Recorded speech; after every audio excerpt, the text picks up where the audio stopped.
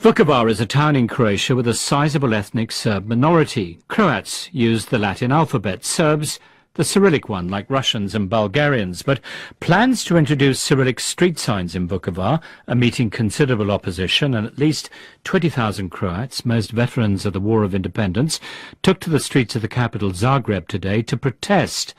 Respect for minority rights was a key condition for Croatia to join the European Union in July, but protesters say Vukovar, a potent symbol of Croatian nationalism, should be exempted from a law requiring the display of Cyrillic in areas where Serbs form at least a third of the local population.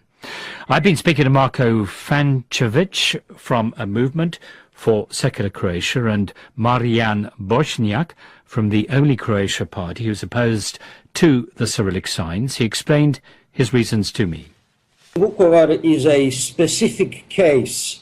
Barely 20 years ago, Vukovar suffered a terrible, terrible war on a scale not seen in Europe since the Second World War. The Serbian forces emptied the hospital from all the wounded, took them onto a field and simply massacred them all.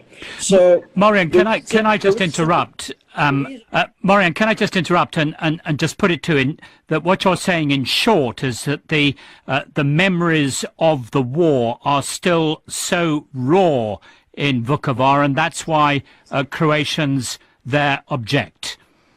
Yes, that's why I've recounted this tale of horror. Barely 15 years ago, it came back under Croatian control. The life in Vukovar is still not normal. The tensions are high. The divisions are very deep. We object that the Serbian alphabet becomes an official alphabet in the town of Vukovar. I think it is inflammatory, and it will certainly not contribute to a normalization of relations. Marko, could I bring you in and put it to you that the way that Marjan puts it, displaying Cyrillic signs in Vukovar would be inflammatory?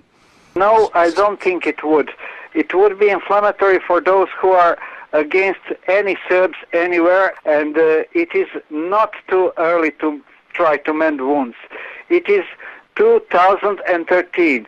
It is like saying in 1963 that French and Germans should not work together, to hammer out the arrangements that were the start for the European Union.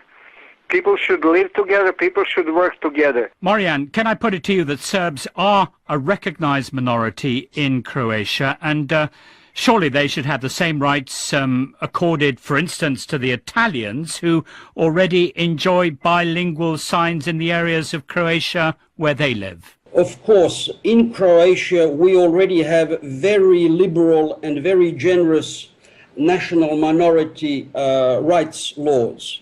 And we have a number of minorities which have lived here for hundreds of years. It does seem to be the issue, Marjan, when it comes to the Serb population. Many people claim that the population figures for Vukovar are simply false.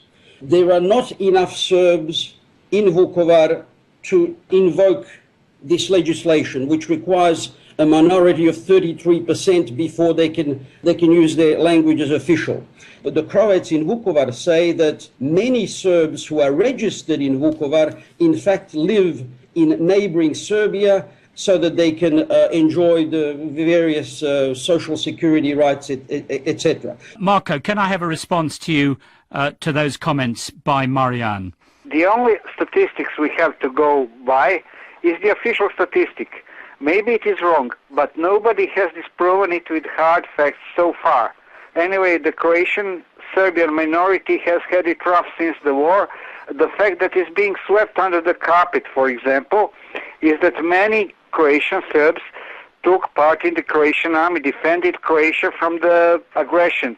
Those people did not go to that square because there is so many unemployed people. Those people did not go to the square when Croatia was ruined. One thing they mind is the Cyrillics. They're fighting alphabet, they're fighting literacy, they're not fighting the catastrophic situation in Croatia, they're just fighting for their ethnic hatred. Marjan, that point about ethnic hatred, isn't that what is at the bottom of all this? It's got nothing to do with Vukovar and Cyrillic signs?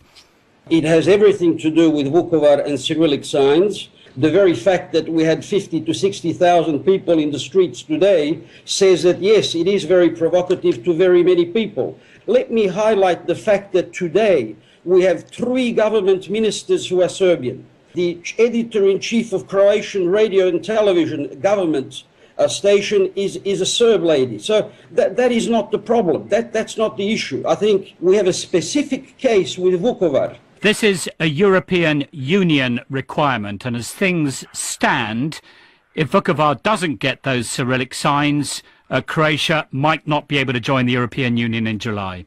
Well, we think that that would be very good. Many of us think that it's a good thing for us not to join the European Union. Only 29% of voters voted in favor. So what we have at the moment is a government too weak to stand up to the bureaucrats in Brussels. A final comment from you, Marko.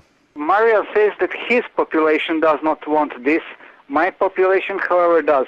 I have many friends who are true war veterans who all say that they had a Serb or 2 in their unit defending Croatia, and none of them say they are against Cyrillics.